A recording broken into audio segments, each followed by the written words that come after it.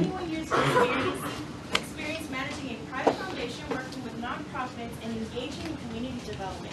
Dr. Reed has conducted cutting-edge academic research on private philanthropy and human behavior in organizations, providing important new insights regarding philanthropic practices in private settings and opportunities for managerial intervention. He has developed highly innovative interventions for healthcare management, behavioral health, human services, and public education. For the past couple of decades, Dr. Reed has managed a private foundation focused on education reform, community and economic development, social services, and innovative programs aimed at enhancing quality of life for area residents on a regional basis. Previously, he had a successful career in turning around underperforming healthcare institutions and managing a network of hospitals, including both acute care and behavioral health facilities. Dr. Reed has several years of experience in designing innovative behavioral health interventions for at-risk populations, with particular focus on people suffering long-term structural dislocation. Dr. Reed has earned several degrees, including a PhD from Oklahoma State University, OPM certification from the Harvard Business School, an MBA from Santa Clara University, and an AV degree from the University of Redlands. He presently lives in Hobbs, New Mexico, and has served on many national, regional, and local boards and committees focused on public policy, effective philanthropy, healthcare delivery, educational reform, and drug addiction, alcoholism-related prevention and treatment. Dr. Reed has also served on several corporate boards. So thank you so much for coming. Thank you very much. It's really a pleasure to be here. And I want to thank Dr. Torres for the opportunity. I want to thank the HSA for co-sponsoring this. Thank you so much. I want to thank Jimena for getting me here, because I would have been lost. No way I would have found it. But it's a real honor to be here today. And I have to tell you, I have a real soft spot in my heart for social work. I was a behavioral science student for a long time. I actually have enough undergraduate units in the behavioral sciences for at least 3 degrees. But ended up actually graduating with a degree in management and then subsequently with additional business degrees. But my heart's here. Now, I have to tell you that personally, it was social work that gave me my son, because I adopted a little boy who was a ward of the state, who was 6.5 years old, and he had been starved, beaten, and neglected for his first 6.5 years of his life, and at 6.5 could not read one word. Was qualified for special ed, and instead ended up an honor grad at high school and in college, and now has an MSW, is a licensed master social work student. He is still a student in that he's now earning an MBA and is thinking about pursuing a PhD. But he is now overseeing child welfare issues for the state of New Mexico, which is just amazing. An incredibly talented young man. Took everything that I could to keep him focused on his studies, because he looks like a cross between Ricky Martin and Alex Rodriguez. Was a very talented athlete, and is an incredible charmer. But we owe all of this to social work, and so I'm really, really glad to be here. I'm going to be talking about a blending today of some research projects that I did, just to be able to put some conceptual framework around issues related to leadership, both from the foundation side and from the grantee side, in managing foundation-grantee relations. But I don't want to limit it to that. I'm going to have a few comments, and then I really hope that we can have some discussion, and maybe you'll have questions. I get the opportunity to be here today to talk about this subject matter in this particular session. I also get a chance to come tonight to Jennifer Battle's class, and I'm really excited about that. We're going to be talking about radically different things there. And then tomorrow I'm speaking at Rice on the Center for Philanthropy, specifically in a much more detailed way on my research in philanthropy. So I'm excited about that as well. But Houston is a place that is very special to me. I lived here in the mid-'80s. It has grown a lot ever since I got out. It really took off. So I was glad I could get out of the way. But in terms of an agenda for today, I want to talk a little bit about what are private foundations. There's an awful lot of discussion in this political cycle about foundations, isn't there? And some of the discussion is confused because private foundations are not necessarily what they're talking about. What specifically does the literature say about private foundations? There's some extrapolation that I will offer you from my 2 research projects that I think relate to it. Then we're going to review these leadership strategies, and then I want to go into the more meaningful part, which is what do you want? So please eat plenty of pizza and be ready and nurtured for the more important part of this, which is the last part of our discussion. Okay? All right. So there's a big foundation world out there, right? And there are many, many different kinds of foundations. So it's probably useful to talk about what are those types of foundations. And specifically my comments are related to foundations in the U.S.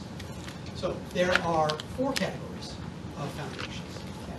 Private foundations, also known as independent foundations, such as the Bill and Melinda Gates Foundation or the Houston Endowment, which you might be familiar with. Community foundations, which would be like the Texas Community Foundation.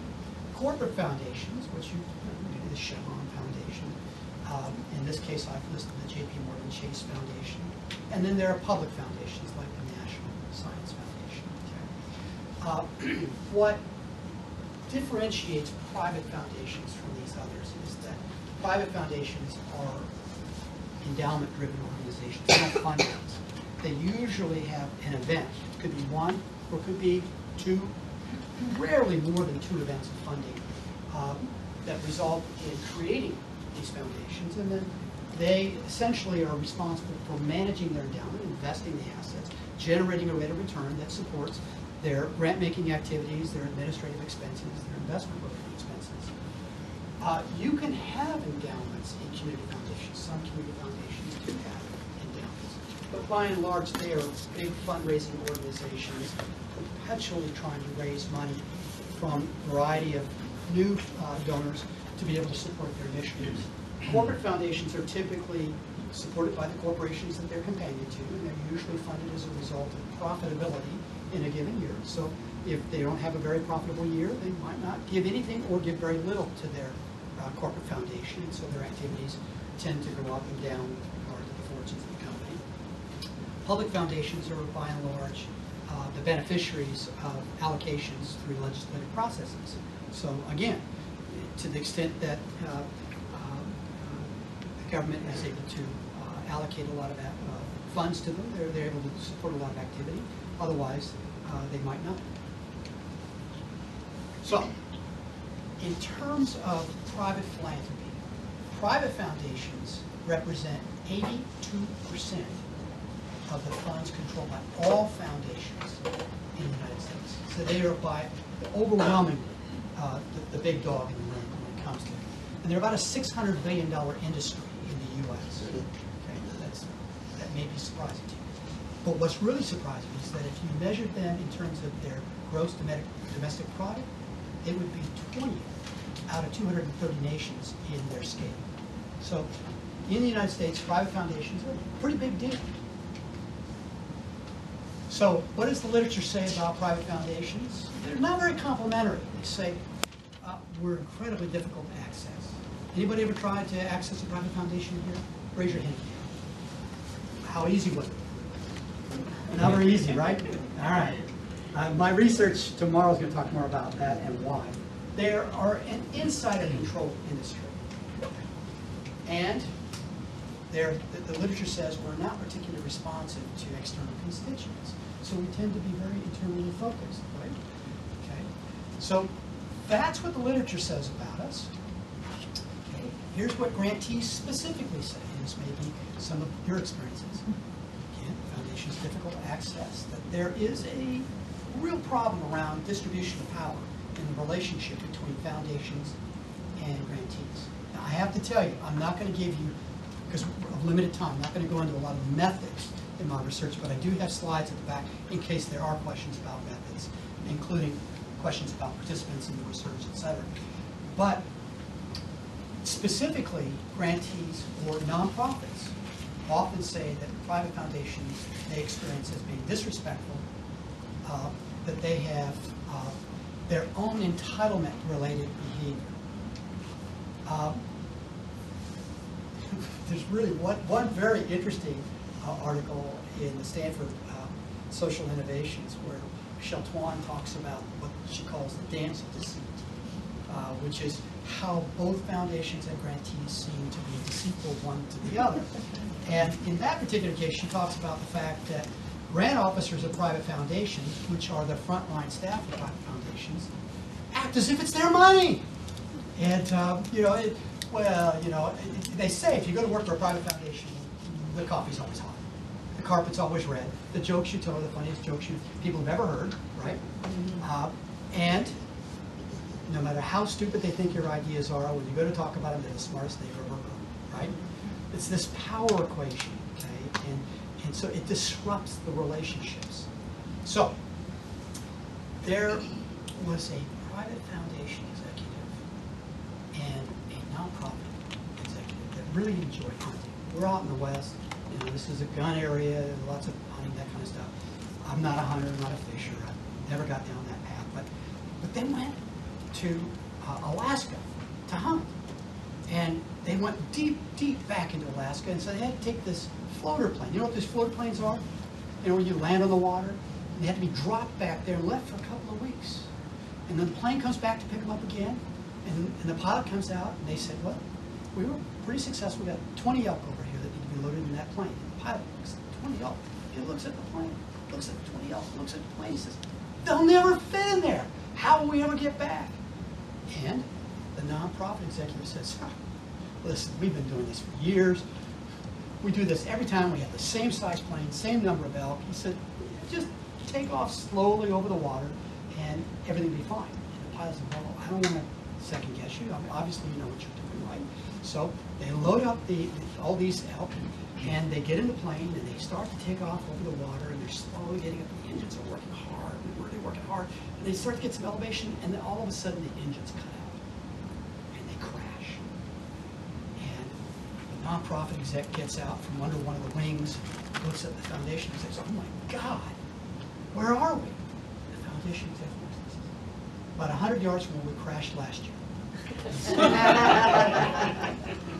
Albert Einstein says the definition of insanity is what? Doing the same thing over and over again and expecting different results. Okay? All right, so that's the dance of deceit that Michelle Twan was talking about. All right? Is that just simply having sort of a random exposure to all foundations and treating them the same is not likely to get a very good result. My research shows that the way that you approach private foundations is radically different than how you approach the other three kinds of foundations. And how they respond is radically different as well. All right, so I've got two different research projects that I'm going to talk about. And I think maybe, how many people are involved in the Nonprofit Leadership Alliance? Okay, good. So you want to be a nonprofit leader? No, I've heard of it. I'm in Jennifer Battle's class. Okay, oh great. So you're going to be there tonight? Yeah. Oh, this will be fun. Okay, I'm looking forward to this. I'm going to give you some pretty radical exposure tonight to some things that clearly out of the 70s. So one of my research projects was a quantitative research project that actually got presented at the Academy of Management, and I was really kind of excited about that. The other is a qualitative study. Okay? This one, the quantitative, is looking at entitlement antecedents. Okay? The qualitative study looked specifically at private philanthropy. Okay? So I had, with respect to my quantitative study, I had 157 supervisor employee diets. And what was really cool is that I used two colleges. So I used faculty and staff, and it was really interesting. With the interpretive research, I focused on 33 foundations, 16 grantees, 14 of which were paired with those 33 foundations. So really interesting insight, and resulted in some findings that are radically different from what's in the literature. Okay, so here's what I learned in the, and this is really important. If you're ever going to be in leadership, you need to know about this. Okay, This is what got presented to Academy of Management. If you think you've had some record of performance and some level of influence, and here's the key, you can be delusional about it. It doesn't have to be a reality, okay? You can be as self-deceived as you like. That combination will result in an elevation in entitlement, okay? If the entitlement goes up, guess what goes down? Organizational citizenship behavior, and what's not also in there is pro-social behavior. So in other words, you become essentially useless to others, right? So how many times are we in organizations when we're looking for a superstar to bring in? We bring the superstar in, and then all of a sudden it disrupts the culture of the organization, and everything goes to hell in a handbasket, right? Because they can't work with others. So if you're in a leadership role, and you bring in somebody who thinks, whether they are or not, that they're a superstar, you better have some kind of intervention strategy to be able to bring them into the fold without disrupting your culture, or what's going to happen is they're going to end up taking away from your environment rather than adding to it. Now, of course, there are mediators, like, for example, humility. I had a chance to fund the 2 largest endowed chairs in the state of the history of Texas, at Texas Tech in the College of Engineering. And we brought in 2 National Academy scholars. And they are 2 of the most humble people in the world, and yet they are the superstars in energy and in water-related issues internationally, globally. Okay? And so they don't fit this model. So you could screen for that, okay? But, so why is this relevant to this subject today? Well, that would suggest that there might be entitlement-related behavior among foundation founders, families, trustees, and among foundation frontline employees. Because what did I say a moment ago? My IQ went up 50 points the moment I went to work for a private foundation, because nobody was ever honest with me again. No matter how stupid they thought my ideas were, they told me that I was the smartest person in the room. And so eventually what happens is I start to believe that delusion and start thinking that, well, I really am that smart. And because of the fact that I am involved with a resource-intense organization, I've got more power. So I've got more influence. Therefore, my entitlement goes up. And it's amazing. I've seen this happen so many times. We get funders in the room with grantees. The grantees have all the information about what's really going on, where the real need is, where the real opportunity. Who's talking to us? The foundation folks. Okay? So this research suggests that that's likely to be the case. My foundation research, however, did not find that behavior, specifically with strategic grantees. So you have to ask yourself, what's a strategic grantee? Okay? And how do they become strategic? And that's the subject of this discussion today. The point is, and I'm going to be on a panel in Charleston in November with the head of the Center for Effective Philanthropy, whose research has opposite findings. So we're going to be point counterpoint.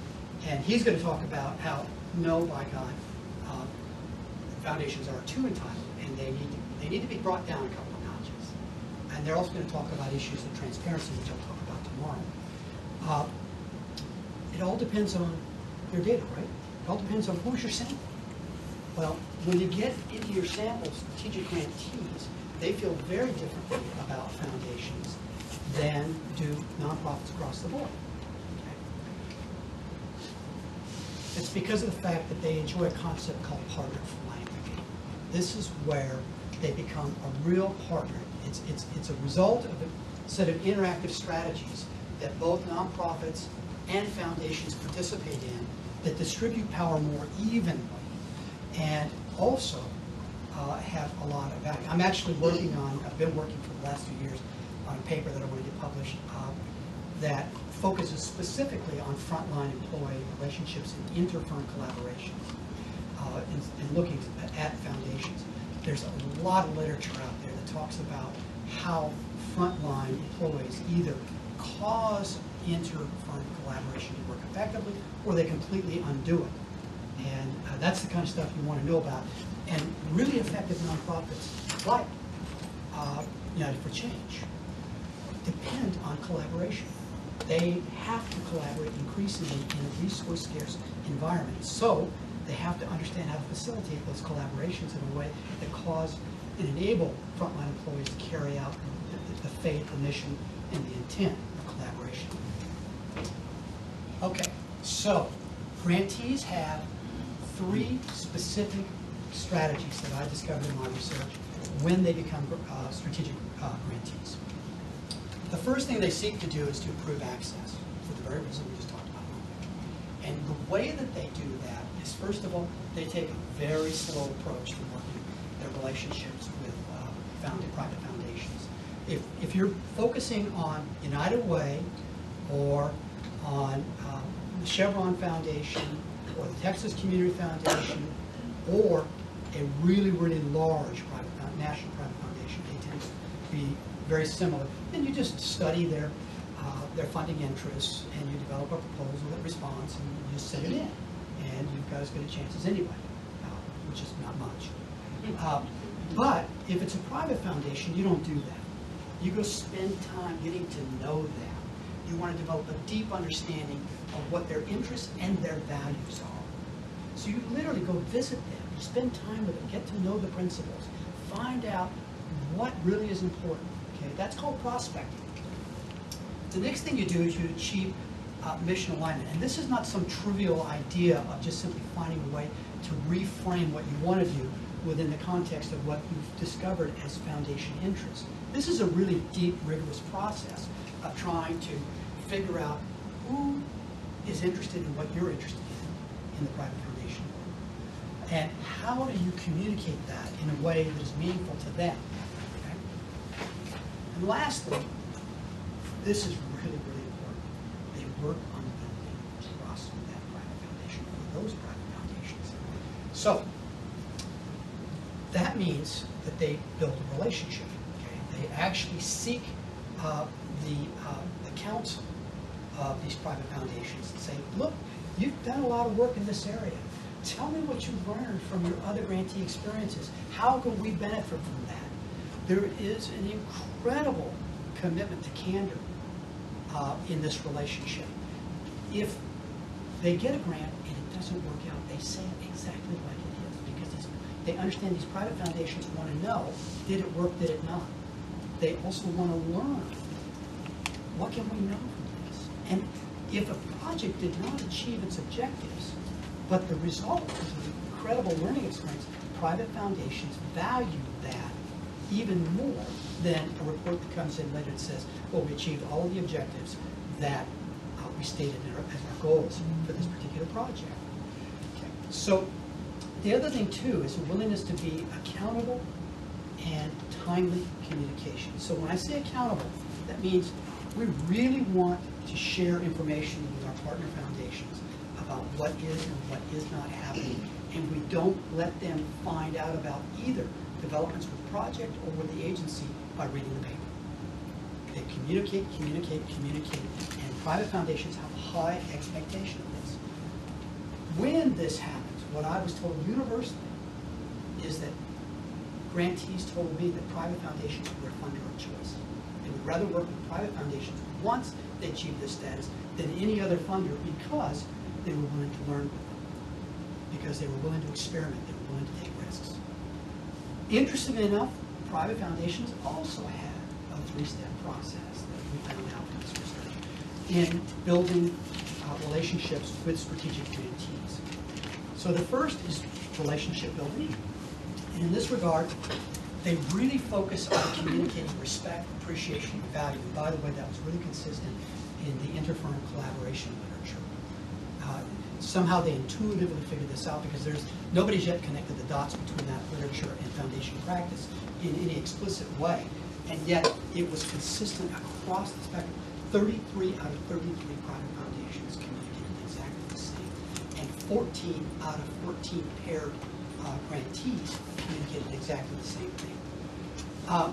That the private foundations didn't just wait for grantees to come see them once the relationship was built. They went out to see them. They went out and did site visits. They wanted to see what was going on out there. That in this relationship building, private foundations who do not, remember earlier we said that they don't have exposure to outside kinds of influence? They're willing to make grants that would be too controversial for what I call public funders, because they're not out raising money. So they're not worried about being accountable to outside constituents. So they're free to decide, is this really an important thing to do or not an important thing to do? And they don't worry about the politics of it. They don't worry about the optics. So there were actually two examples that came up in the research in that regard. One, Planned Parenthood. Pretty divisive in political rhetoric, right? People tend to be on one side or the other, and a lot of public funders don't want to touch Planned Parenthood because of the controversies. They're afraid that it will affect their ability to do fundraising. Private foundations were free to decide whether they wanted to participate based on whether they thought there was good merit or not. Another one was Boy Scouts, because of the issue of homosexuality, and so there are a number of people that lined up either on one side saying, well, I'm not going to support the Boy Scouts because of their long-standing position, which has since been amended, or a number of people lined up on the other side. The foundation said, no, we're going to decide based on whether or not we think this makes sense or not. Right? The next thing was, private foundations are inherently focused on the ANC impact. And this is part of that accountability by the grantees as well, is they embrace the notion of looking for ways to escalate impact. So, to get impact, foundations focus on building capacity with those strategic grantees. They really worry about whether those strategic grantees have the resources they need to be sustainable. So they look at helping them to build capacity. They are very flexible around how the relationship is structured, including reporting requirements. If reporting was established for the purposes of a grant that would make, that later the reality suggests that there should be a different kind of reporting. Private foundations were highly flexible and able to report down. Sometimes they provide more funding than what was actually requested, because their assessment was, well, there really was more money needed here in order to do this right. They also looked at providing intangible support. And in this case, they looked an awful lot like venture capitalists. Venture capitalists don't just put money in the firms. They look for firms where they can match their strategic assets with the opportunity set of a particular group that they want to invest in. So that sometimes they serve on the boards of those firms. They look to try to position them to be able to be connected to other capital sources, to be able to have greater access to markets. Foundations do the exact same thing. They bring other funders in, they bring in technical experts who can be helpful to their strategic grantees. So that's another way to enhance impact. And then lastly is partnership development. And in this regard, this idea of willingness to learn with grantees, a high tolerance for failure. It's what we learn that matters, not whether we achieve the stated goals. Did we make progress? Can we be more effective the next time that we do this? So that's how they look at this, but they also communicate concern not only for the welfare of the agencies that they work with, but the individual staff members. They find ways to communicate value in regards to them. So this is the path model that came out of that particular research. And you can see that we're talking about achieving access, looking at mission alignment, development of mutual trust. So here's where the grantee strategies fit in this path model. Okay. They have to be able to get to this point to become strategic grantees in the eyes of private foundations they're working with. This is where the foundation strategies come in, because the development of trust becomes a mutual experience. Both foundations and grantees participate in trust-building activities, the result of which is this concept of partnered philanthropy. Okay. So, this is your turn.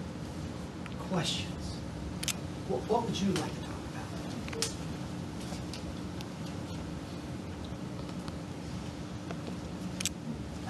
Okay. So, Harry, really, some in which they don't mind if a PI, some foundations don't mind if a PI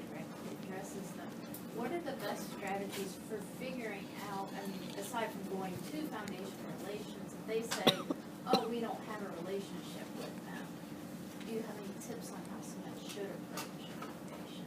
And are you talking Initially. specifically a private foundation? Yeah. Yeah, well, first of all, you want to scan, take a look. It's not hard to take a look at what their the tax returns of private foundations are available online. And they'll show all of the grants that they gave. They'll show who's on their board. So you can say, well, is there anybody on that board who has an interest that's related to what my interest is? That can give you a personal connection, but you want to find people who are funding the kinds of things that you're interested in. Then you want to go talk to them about it. Before you ever have an idea in mind, before you ever have a project in mind, go on and say, talk to me about, I know you've been working in this particular area. How's that been working for you? What have you learned from that? How can we benefit from what you've been learning? Get them involved in the discussion, get them involved in relationship building. Then talk about what you're doing and ask how what you're doing can be helpful to them. When you get to that point, you cross that transit into a more strategic kind of focus, that's when they'll be very forthcoming. Before that, they're going to be very aloof. Yeah, and I'm wondering when too, if you do, it is a situation where I would initiate the relationship. At what point should I bring in the university, or, you know, because I can understand some want to work just with that person, some would want to work through the institution. The university, if there's money involved, they're going to prefer us to go through them Of course. because they want credit, and especially the foundation's office, they want credit for it too. They also have their own competing sets of priorities. So. So, if there's money to be developed, right, maybe they've got a capital project that they would really like to get funded. Maybe it's a new football stadium instead of your Yeah. research project. Yeah. Yeah. There's no particular magic about how to do this, but one of the things that I've always thought about, and university development offices do this really, really well. Ask yourself, who do you know who has influence with the people that you want to talk to in that private foundation? Don't overplay that, because private foundations are, based on my research, notorious at resisting external influence. You just want to use somebody that they're open to, that they have a positive relationship with, that you have a positive relationship with, to start the dialogue. And be patient. Once you get to that place that where you start kicking this off into actual grant activity, it begins to take a life of its own. Think about that path model and how that works. But you really, really have to be patient, and you don't go in with an idea to propose to begin with. Go in to have conversation. Go in to pick their brain, develop the relationship, and then you can go back at some point in time and say, you know, when we were talking about X, you expressed an interest of the following. Did I understand that correctly? Well, guess what? We just happen to be doing this, and I wonder if you'd like to be a participant in this. That's the way to work with private foundations. Questions? So you were talking about when your firm brings on a superstar, and to make sure that you have an intervention that would kind of quail that person. Do you have any particular interventions in mind that you're Yeah. talking about? You know, now you're getting into my healthcare turnaround background. I've had several careers, and I used to turn around failed healthcare firms and hospitals. And inevitably, there's always somebody in that context who is a superstar. First of all, you want to build a really strong culture, right? And a strong culture communicates respect to everybody in an organization. That's one of the things we want to talk about tonight. Such that the culture itself is strong enough to be able to resist any negative influence that might come from somebody who's not as given to participating in that culture. The next thing is I really believe in the spirit of intentionality. In my drug and alcohol career, a long time, we developed an award-winning advertisement. It was a great advertisement that nobody got. But we won all kinds of awards for it. Here's this ad. It's a family in a living room, and guess what? In the middle of the living room, an elephant. And the mother picks up the trunk, talking to one of the kids over here, one of the kids picks up the tail over here to talk, but nobody acknowledges the elephant in the room, right? And what we were trying to do was talk about denial. Okay? And we got all these awards for this this ad, but again, nobody got it. Well, why would they have an elephant in the room? It doesn't make any sense. But there's always an elephant in the room organization, and to talk to that person about, you know, you're coming in and you're a real superstar.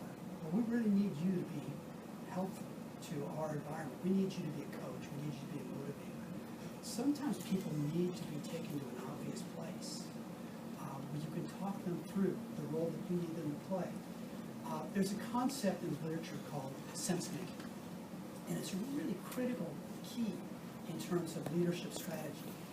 How do you help people in the organization make sense about what your needs are, where things are going, even how resources are allocated, how your activities fit your mission, what individual and collective roles are with respect to all of that. The more you can talk that out intentionally, the more likely you are to be successful.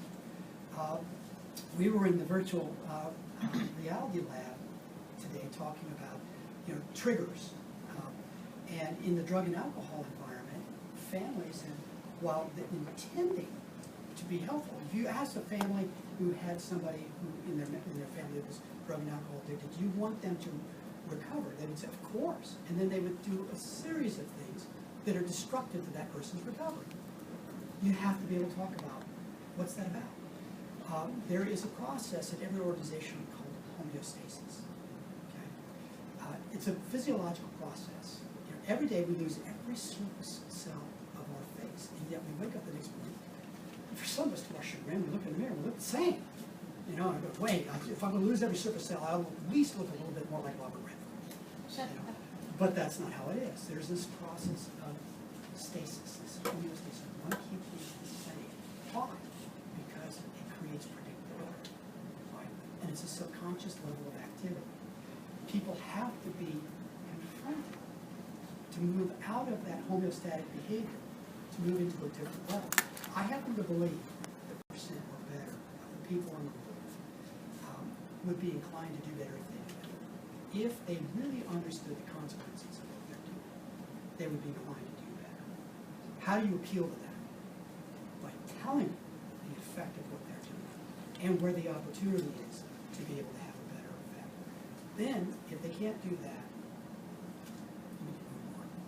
Either move them on or find a way to insulate them. You know, create a whole bunch of white blood cells around them where they can't quite get out of that, and just keep them separated from the rest of the group.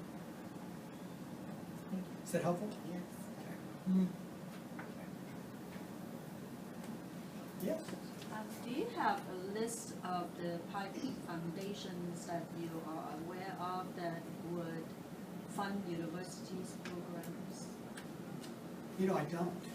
And I don't know that anybody really does. And there are lots of people who sell you lists. And those lists are based on tax returns. So they go out and they essentially do a data mining to find what foundations have funded what. And I'm always amused when I read what my foundation will allegedly fund based on those lists. Every foundation is unique. There are no two foundations that are exactly alike. Private foundations, particularly corporate foundations, and other foundations tend to have a lot more similarities. But small to medium-sized private foundations are highly unique. And what's in addition to that, I mean, you're looking at what they've done in the past as somehow being a predictor of what they'll do in the future. And it may be that what they did in the past was based on legacy relationships and not interest. Remember that they'll sometimes do grants that aren't necessarily the grants they wanted to do because they have a strategic relationship and they wanted to be supportive of that strategic grant too. So it's far better to go in and spend the time getting to know them, private foundations that are in your particular area, and find out who has the interests that align with your interests, and then find a way to be able to communicate in their vernacular so that they can see that what you're interested in is what they would be interested in.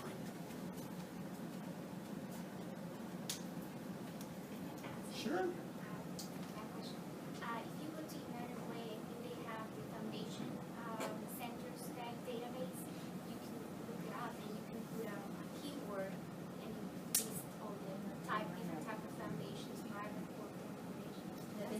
But they don't do it by types of, like, I think that similar to Bob just said that, I mean, it may not be all at all be Oh, yeah. categorized according to the group or the surface or research interest. Well, they do. They do? Yeah, if you put a keyword, they just list, but of course you have to go over each one of them and do more research. And see that they even list that they type of grants they provide, so it will give you a better idea. And then you need somebody on the inside who can help you make the connection. Exactly, Yeah. yeah, because That's they the give you real the challenge. name of the board of directors and everything, so that's a great tool that is available. Humana has far more experience on the grantee side than I do. The last time that I had experience as a grantee was in 1984. And I know some of you weren't born yet, so that gives you an idea how limited my experience is on the grantee side, other than my research. But the Foundation Center is a great resource. But Luis is right. You still have to make the personal connection. If you want to be involved with private foundations, you have to create a personal connection. There's no automatic formula beyond that pathway that will get you there.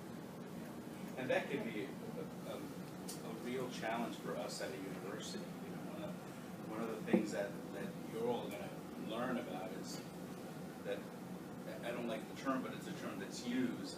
Universities and other agencies as well, they have what they call relationship managers, right? So here in the UH structure, you know, even if I know the president of the Episcopal Health Foundation, I can't go to her and sit down and say, hey, you know, we have this idea, we're wondering if you'd be interested in it. I have to go through certain channels. So sometimes there's two levels of communication that are going on simultaneously. You know, you're the person who knows the person in the foundation, you're having an unofficial conversation with them, and then the university is pursuing a more official conversation with them. So you got to be mindful of that as well. And there are some good reasons for that. I mean, there are sometimes, one of the things that they'll tell us, faculty in particular, they'll say, you know, you may approach somebody and ask them about their interest in funding a very small project that you're involved with, when the university was working on a much broader scope that was going to benefit not just you, but several colleges, and so there are often legitimate reasons for that, but it does create the need to be very careful when and how you approach people and what you say, and so keep that in mind, those of you that are headed to faculty positions or are already working in university settings. We just funded a building called the Maddox Engineering Research Center at Texas Tech University. Not in our grant-making region. We don't fund in Texas, but we fund it. And I get a lot of calls from people at Texas Tech University who don't know the relationship, saying, well, we'd really like to talk to you about this or that. The reason why we funded that is because our founder was in the first graduating class of engineers from Texas Tech. Okay? So it was a legacy grant-making opportunity, and we wanted to see the family's name on a major prominent building on that campus on the engineering key. Okay? How do you replicate that?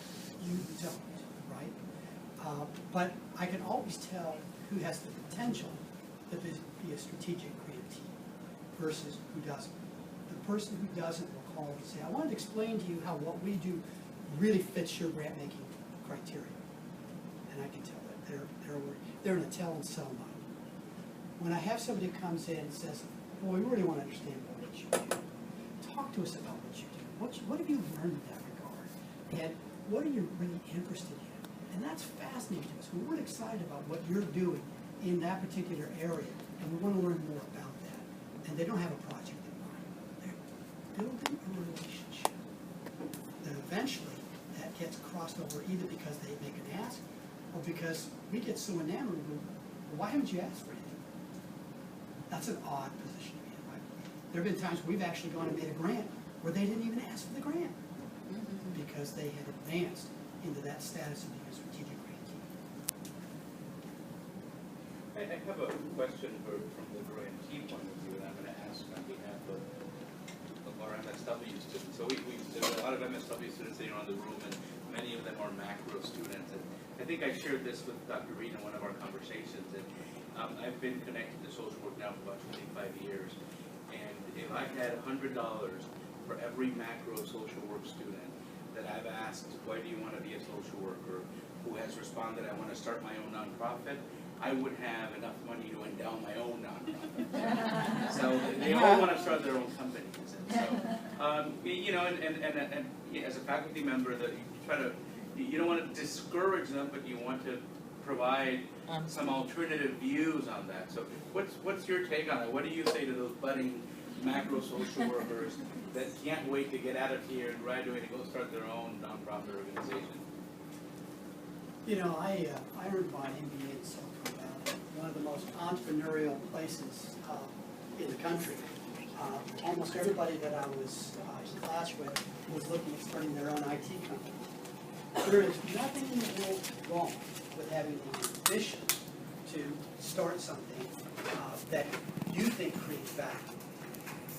One of the questions that I'm going to get asked tonight is, because I've managed for-profit companies and non-profit organizations, how does what I do different? And the answer is it doesn't. It's the same. If I don't create value, you know, organizations are in the business of solving problems. An organization that ceases to solve problems becomes a problem, right? Okay. So I think it's wonderful to have people who have ambition to be social entrepreneurs, that want to create entities that do good. But for every 10 that come up with an idea, one is likely to actually bring it into reality. That doesn't mean you didn't do good on the process of trying to advocate for ideas and to try to propose initiatives. Your role may be to actually hand the ball off to somebody else who runs it for a touchdown. Okay? And there is a lot of value in that as well. So I would encourage everyone to pursue your dreams. One of the questions we asked tonight is about what's really important for advancing your career. And my view is there is nothing more important for advancing your career than passion. Matching your activities with what you're most passionate about and not getting distracted by whether or not that is financially rewarding or whether it creates status or anything else that in my view is an artifact of success. Real success. My grandfather, how many people know who Mickey Rooney was? Mickey Rooney was my grandfather's best friend. I grew up with an adopted grandfather who was in the motion picture business for 40 years. And he used to say, a successful person is a person who does what they really want to do for a living. He didn't ever measure that in terms of money. He didn't measure that in terms of fame. He didn't measure that in any other artificial dimension. My grandfather was such an individualist that late in life, he was a little bit of a problem. He had several girlfriends. He had one in China, one in Tokyo, one in Egypt, one in London, 3 or 4 in Southern California, and this guy was 84 years old. Donald Trump talks about stamina. I'm telling you, he has no idea what stamina is compared to my grandfather. My grandfather went to a black tie dinner in Tokyo with the president and CEO of Arby's roast beef. And my grandfather said he retired, he would never wear a tie again. He went all over Tokyo until he found a tuxedo printed t-shirt, and he wore it to that black tie dinner. That's the kind of rugged individualist he was. And he really helped ground me to what's really important.